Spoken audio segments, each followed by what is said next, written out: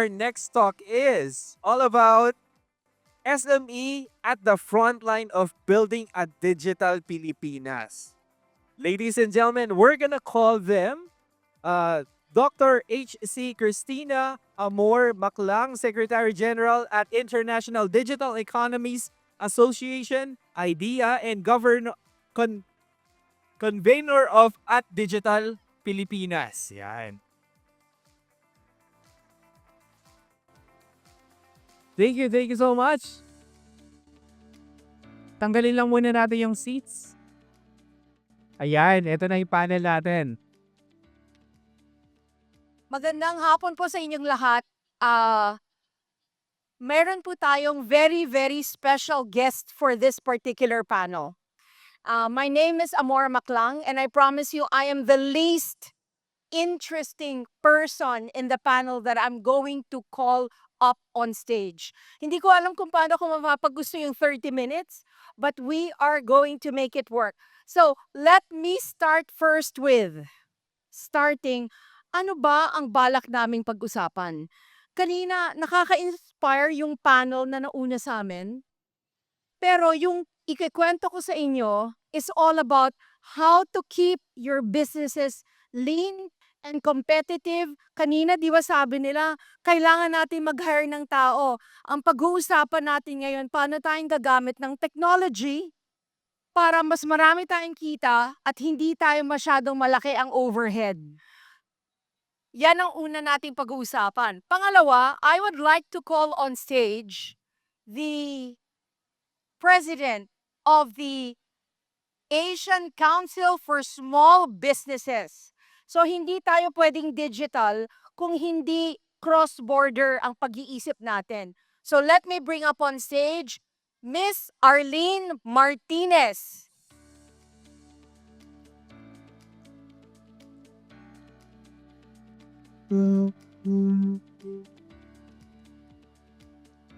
Next, ilan sa inyo ang nakakaalam sa Philippine Trade Training Center? Ito ang parte ng gobyerno na nagtuturo sa atin ng skills bilang entrepreneur. And we are so lucky to have here the Deputy Executive Director, ang pinakamataas na CESO officer nila at ang President ng National Union of Career Executive Service Officers, Deputy ED Dim Radias.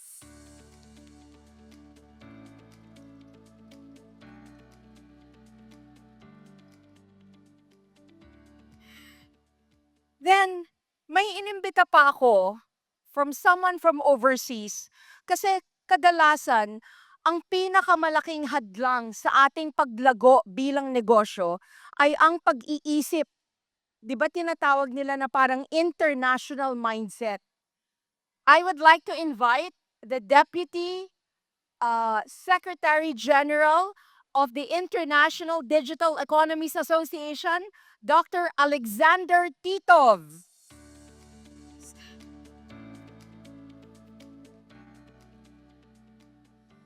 Oh, last but not the least, eto, makabog na kayong lahat.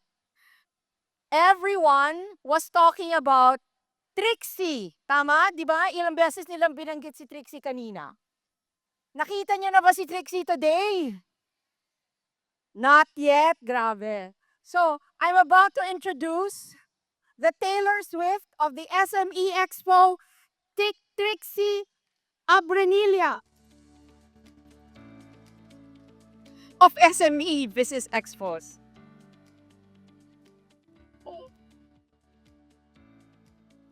Sabi ko ibaba kasi masyado akong short. It's okay.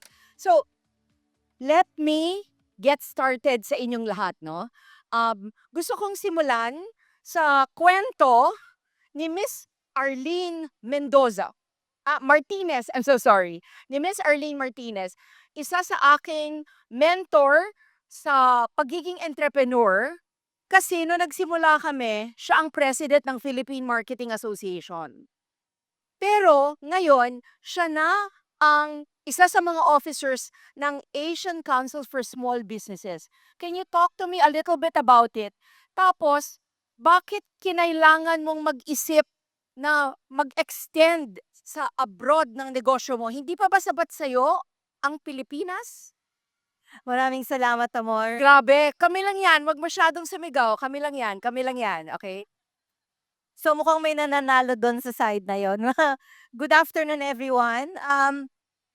It's so nice to be invited kahit last minute. Hindi po ako makahindi kay Amor, kaya po ako nandito. And basically, just a thought, what is ACSB, Asia Committee for Small Business, is a private international organization that helps MSME po go global. No? Ang vision namin is to bring Asia to the world para po yung mga produkto ng Pilipino, kahit maliit yan o malaki, makilala na sa ibang bansa. Hindi lang po dito.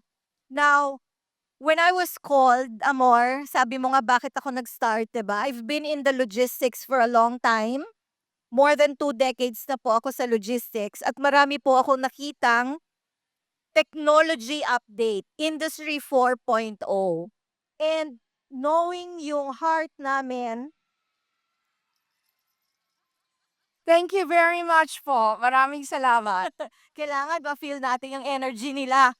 So, yung heart ko po talaga is naka-align sa Asia Committee for Small Business, being in the logistics for more than 2 decades.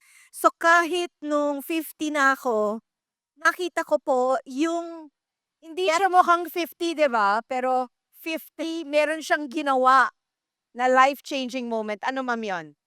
basically what we've done is we made global shipping simplified through My Cartero. It's a platform that allows MSMEs to be able to export their products directly to the consumer. So kung yung mga nag-e-commerce, online sellers, magpapadala ng something sa OFW family, now you can do it at the comfort of your cell phone or desktop, and then we can pick up door to door na.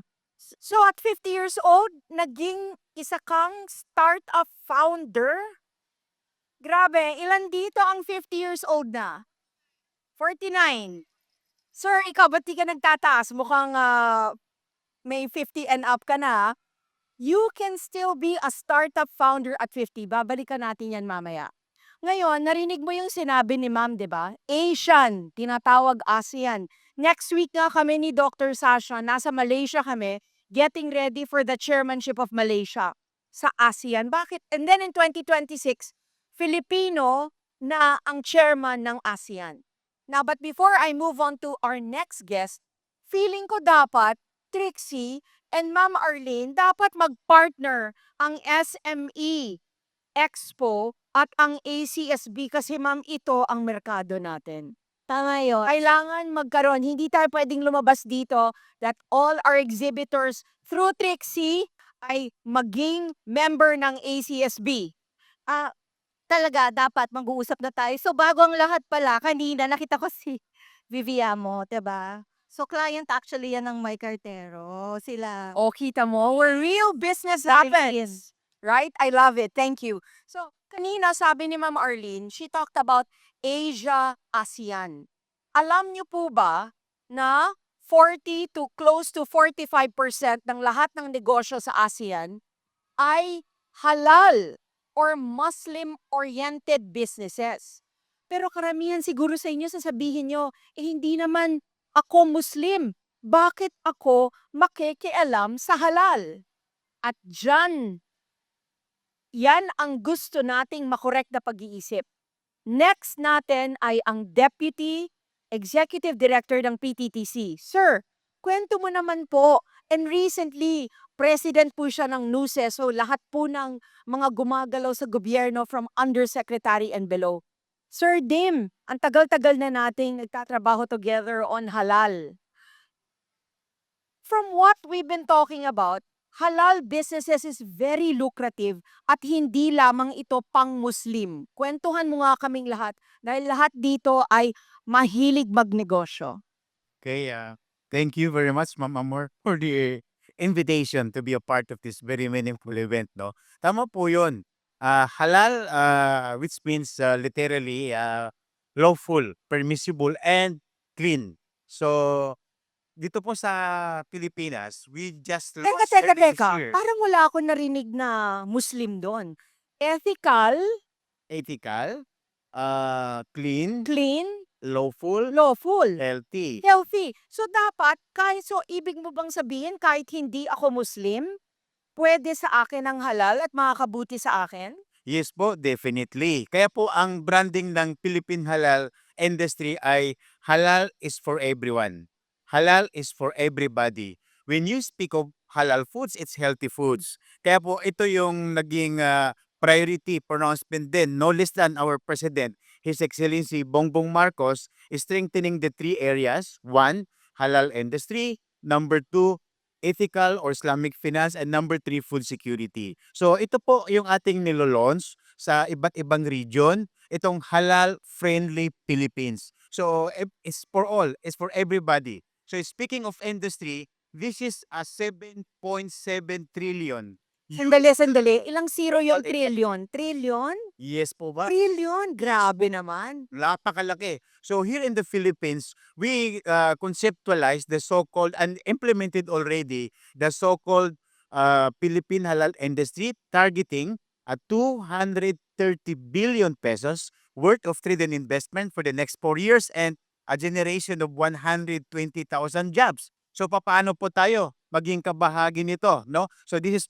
open for everybody. So tama po yung sinabi ni Ma'am Amor, me being the Deputy Executive Director of the Philippine Trade Training Center, which is the training arm of the Department of Trade and Industry. So sabihin niyo lang po kung anong trainings ang gusto ninyo. Then we can provide the capacity building in terms of research, module development, and training programs. Then, pag halimbawa naman po, kailangan natin ng tinatawag na capital, no? Financial assistance. So meron din po tayong tinatawag na Small Business Corporation under the Department of Trade and Industry, which offers only 6.7% diminishing, no, service charge. So napakadali po. So with the availability of the technology in terms of marketing, processing, so matatap po natin yan sa Department of Trade and Industry. Kaya meron po tayong tinatawag na pool of DTI, approach supporting halal industry, no? Andiyan po si Ma'am Amor, may partnership po tayo diyan. So, yung ating contact, anytime you can access. In fact, we would like also to invite you that this December 19, we will be having a similar event in Vista Mall in Taguig, no? So, in partnership with the Office of Senator Mark Villar. So, magkakaroon po tayo ng halal trade fair, then magkaroon tayo ng halal capacity building, info session, then business matching, marketing, both domestic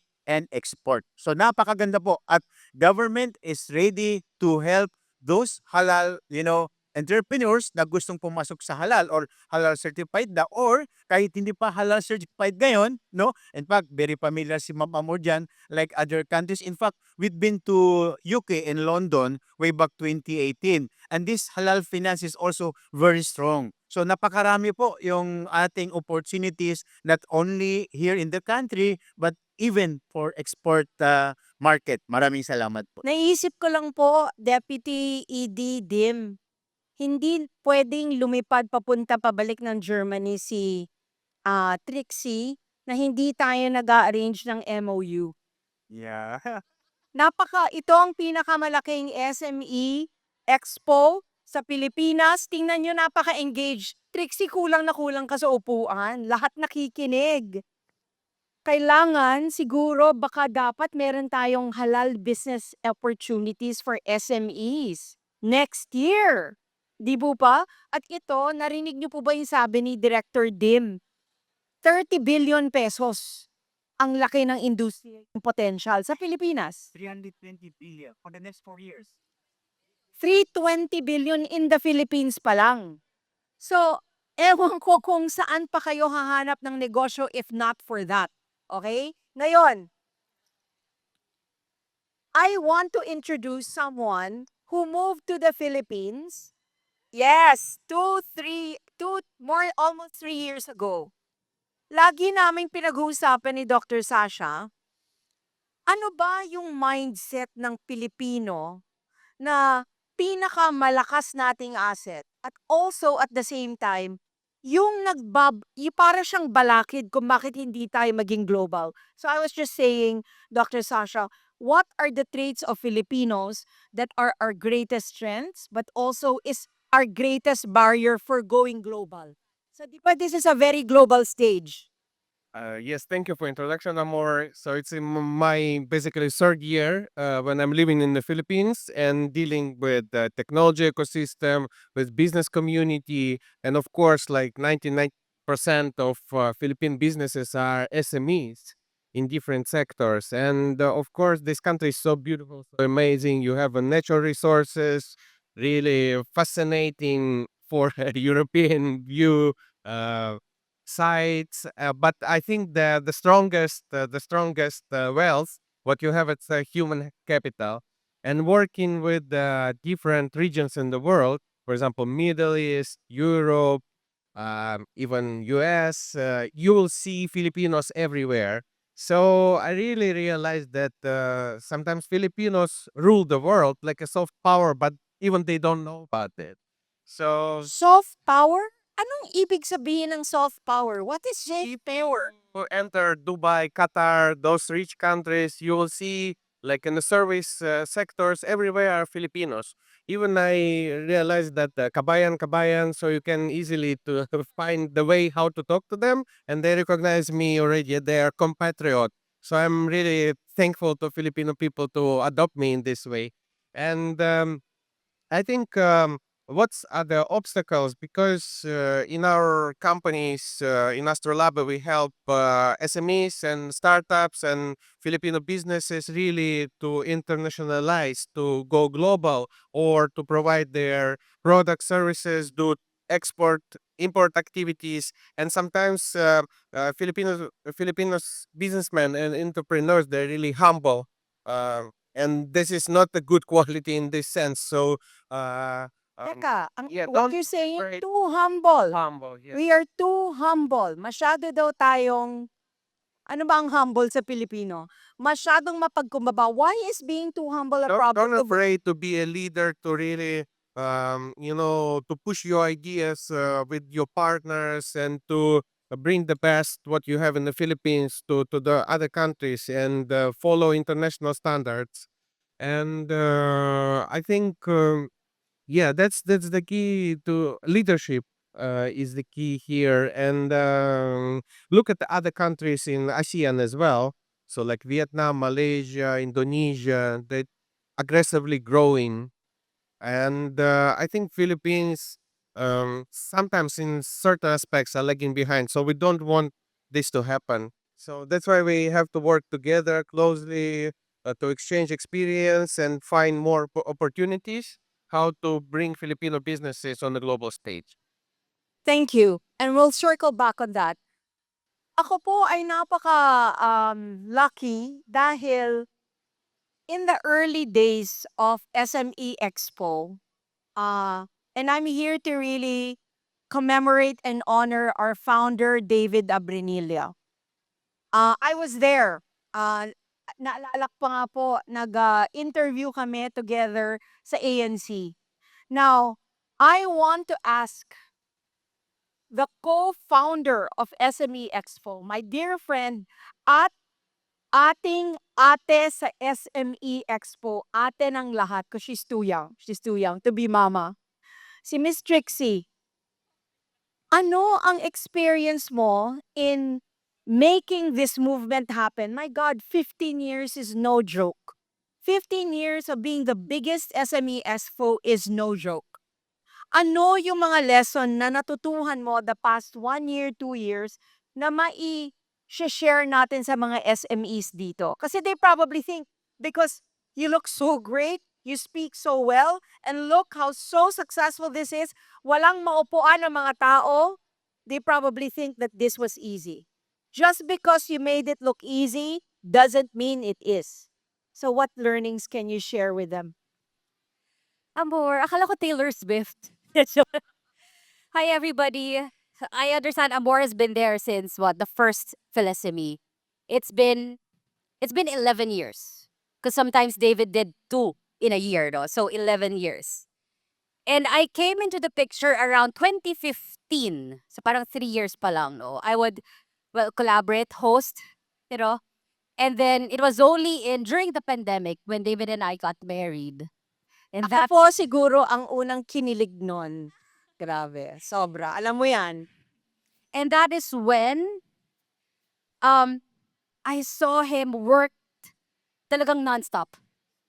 So without him telling me na oh ganito yung gagawin, ganyan, kasi he was just doing it all by himself. Because during that time, there was no office. He lost the office. He lost all his staff. Wala. As in, siya lang, one-man team. But then I realized, oh my God, just by hearing from him, do the sales call and everything from 8 a.m. to 6 p.m., I felt like I already know a lot, if not everything. And, ah, and losing him last year without us talking about these things because it was very unexpected. It's the hardest thing in my life. But of course, we have God. He knows what's best. And going back to your question, what can I share that I learned along the way? Especially at the hardest times of my life that I lost him. We were having an expo. He was gone. I just gave birth. I was away. I was in Germany. I was living in Germany with him. The thing is, the universe, God sends help. Always. Always. Walang case na hopeless. Because there will always be help. Even if you don't understand, even if you don't see, there's always help. Like the team that I have now, they just came at the right time. A lot of them I didn't really know, but they just really came at my door. At alam niyo, di ba, pag entrepreneur, you just know na okay, mapapagkatiwalaan to, okay, magaling to. And then, his old employees, I got to reconnect and everything. And then just people start coming at the door na, wow. And you just know na it's really for a purpose. They really meant well and everything just fall into place. I think that's just really all about faith. I don't know what that is. And I feel because I chose to believe that. I could have also chosen to stop this because I have my baby, right? And I mean, it's PhilSME is not me. It's David. It's the SMEs here. It's really not me. But I continue because he started this wonderful thing. I can't just stop it. A lot of businesses strive and get better because of PhilSME. And when I see how happy they are, then the drive is just there and then I feel like okay, I have to do better. I have to give you better. Plus of course, um the support of my family. David's parents, mama and papa, my family. Oh my god. It feels like David is just really there. So again, going back, the answer is there's always a solution. God always gives you the right people, the right solution. Never ka mag-iisa. Just have to believe. There you go. Palakpakan po natin one of the strongest women I know in my life. Palakpakan po natin and let's round of applause for David who I know is here with us right now. Now, because we're talking about digitalization, tatanungin ko silang lahat bilang entrepreneurs at hindi pwede may kartero. Hindi pwedeng sabihin may kartero. Give me two apps. Give me two apps or applications na kailangan nila nasa telepono o nasa laptop nila para makatulong sa pagiging SME. Kasi kanina sabi nila, kailangan mag-hire ng mga tao, etc. Pero kung pwede namang gumamit ng teknolohiya, bakit pa kailangan mag-hire ng tao? And in the process, we can have a bigger multiplier effect. Why don't we start with Ma'am Arlene? Two apps that you want our SMEs to download now at bakit? Okay, so you know for the fact that Philippines has always been a social being. Tayo po ang number 1 sa Facebook at lumalago ang TikTok. And based on research globally, it has been said that a lot of businesses really grow using these two SOC platforms. Ang tanong, alam po ba natin kung paano natin gagamitin yon to the advantage of our products, our services, our company? So, for me, Amor, since we are so social, eto yung dalawang nire-recommend ko. TikTok ngayon ang talagang napakalakas ng hatak, sa bentahan. Yan po, dapat yan. So, maganda po yan, lalong-lalo na kung tangible yung products nyo. At take note lang po, magkaiba po ng approach ang Facebook. I'm wearing my marketing hat. Magkaiba po ang approach na dapat nyong gawin sa Facebook at iba rin yung approach nyo sa TikTok. So, paano nyo ma-leverage yung app na yon? Dapat umpisahan nyo na po. Dapat nagla-live din kayo. You sell your products through those platforms.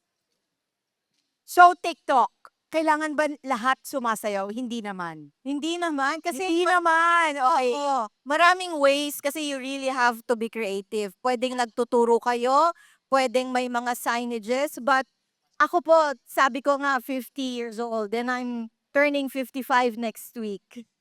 Grabe. You have no excuse not to start your own business in technology. Please talk to ma'am later. You So, have TikTok, be your own channel, okay? Sir Dim, how about you? Ano ang non-dispensable app para sa SMEs? Sa amin kasi una sa PTTC is capacity building.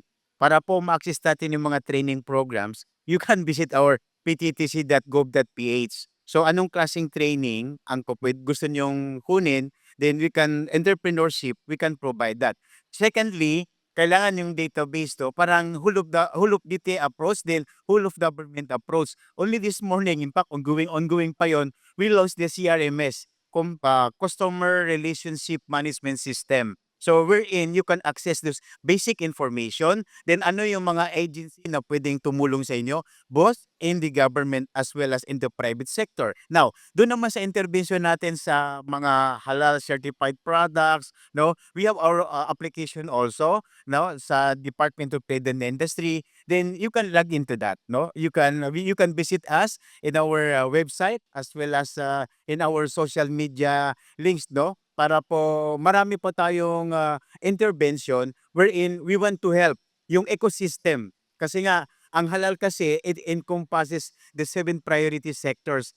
Halal foods, cosmetics, tourism, logistics, and so on and so forth. So parang whole of government approach siya. There are available online platform where you can access for information and even to onboard your business into this domestic and export opportunities. So, kay Sir CRM, para malaman nyo kung sino ang mga kliyente ninyo. Okay? Last si Trixie. How about you, Dr. Sasha? I think the important component of doing international work for SMEs is payment. So you won't be able to do any business with other countries if there is no payment, cross-border payment instrument. And therefore, I highly recommend for everyone to study crypto transactions, and in particular coins.ph is the major application for crypto payments in the Philippines. Ako naman po, ang irerekomenda ko, ito na ang aming regalo sa inyo. Mag-download kayo ng mga lending app, lending pautang. Kasi karamihan sa mga SMEs, ang pinakamalaking problema ay makapagpautang, kaya lang walang collateral. So meron diyang mga kumpanya tulad ng Esquire or even Home Credit para yung mga accounts receivable nyo, yun ang pwede nyong gamiting collateral. Or even companies like One Hand or One Lending na at 5,000 pesos, they check your social media score. 'Di ba? Kung active ka sa social media, your alternative credit score. So yun yung para sa akin ngayon. Tanong natin si Ma'am Trixie, especially because she represents remote work, what are the tools na kailangan para maging successful entrepreneur? We're talking about apps pa rin, no? Okay, sige. Ngayon, ang dami na kasi, for example, without sounding ano naman, unbiased, but really, I mean, who doesn't use GCash, no, payment? And I think they go beyond being a payment solution. Parang pwede ka na rin mag-loan and other stuff. So, galing-galing lang. Pangalawa, I think Odoo. It's a new app, it's for free, and then you have kumbaga different departments. Parang pwede ka rin talaga magpatakbo ng negosyo na kukunin mo lang yung Odoo kasi ang dami from HR to CRM to accounting, lahat. So it's like wala na talagang excuse. Everything's on your phone or in your laptop. You can work anywhere, anytime with And they're here, right? So they Yes. can all go to the Odoo booth after this. Wonderful. Okay, before they throw us out of the stage, right? I would quick 15 seconds message to our SMEs for all of you. So basically, next year has been announced by HSBC already that Philippines can become a supercharged country. So it's an opportunity for all of us to take that advantage and bring our products to the rest of the world. So wag po kayong matatakot. Subukan nyo at doon mag-uumpisa lahat. You have to take that step, one step forward. Sir Dim, Yes, at sabi nga natin kanila, halal-friendly Philippines is for everybody. We want you to be part of it, and we are envisioning that the Philippines will become the premier global halal destination, both in import, production, domestic, and export. So we want you to be a part of it, at we in the Department of Trade and Industry are really, we are so willing to help you. We have our platform as an ecosystem from capacity building, trainings, financing, marketing, andun na po. So please, andyan po si Ma'am Amor and our contact details, andun lang po. So we want you to be a part of this halal global industry. Maraming salamat po. thank you. Dr. Sasha. I encourage everyone join Digital Pilipinas, learn, join our programs, events, study the materials, work with partners, and internationally for International Digital Economies Association, together with Trixie, with the SME community. Let's bring world to the Philippines and Philippines to the world. Ako, bago ko ipasa kay Trixie, I want to see an ACSB and SME Expo partnership, not waiting for next year, but before you leave for Germany.